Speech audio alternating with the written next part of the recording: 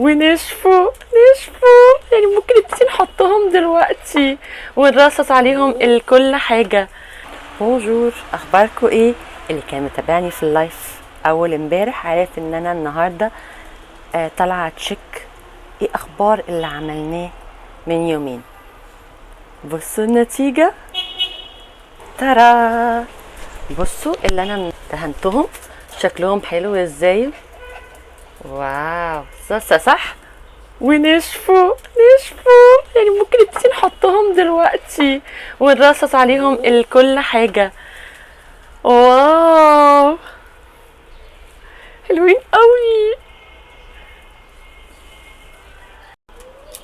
دول كانوا شكل اخواتهم في الاول، دهنتهم قبل كده من شهر وقلت استنى كده على الباقيين، بس مبقاش عندي مكان خلاص احط فيه نباتات تانية، فاحنا كده مضطرين ان احنا فاضلين فوق ونحط فيهم زرع.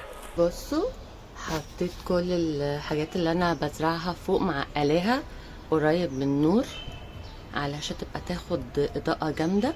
وهبتدي هنا احط الاسمدة بتاعتي. بصوا حطيت الاسمدة بتاعت زين، الاسمدة اهي بتاعت زين، والحاجات اللي انا كنت جايباها كمان. ادي حراز اهم، حاجات حراز اهم، حاجات بلانتيفاي، وفي حاجات زين برضه هحطها اهو. زين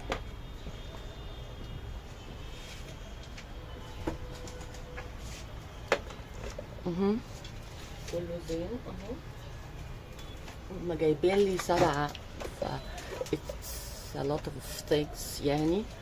وبلانتيفاي برضه كانوا وادي حراز، حقيقة كلهم احسن من بعض، بس يعني كل واحد عنده منتجات غير التاني، فكل واحد بينافس في الحتة بتاعته يعني. بصوا دول بتوع زين، بصوا الكبر والسلفر والكروب جرين، كل دي وادي اهم بتاعتهم، المحاليل بتاعتهم اهم، والسمد بتاع بقيتهم اهم. هحطهم كده واوقفهم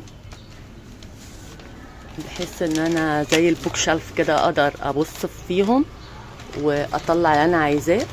ما شاء الله عليهم، يعني انتاجهم غزير في السماد زين السحري، وبعتين لي كمان اللي هي طحالب، فتحفه يعني. بصوا قد ايه كل واحد هكمل له كمان. وادي باور زين، بصوا انا رصصتهم كده.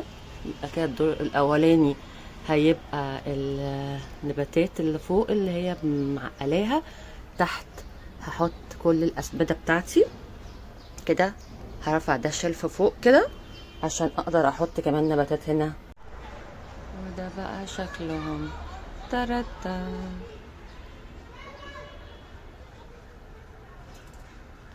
اجيب لكم شكل الفيديو كده من بعيد.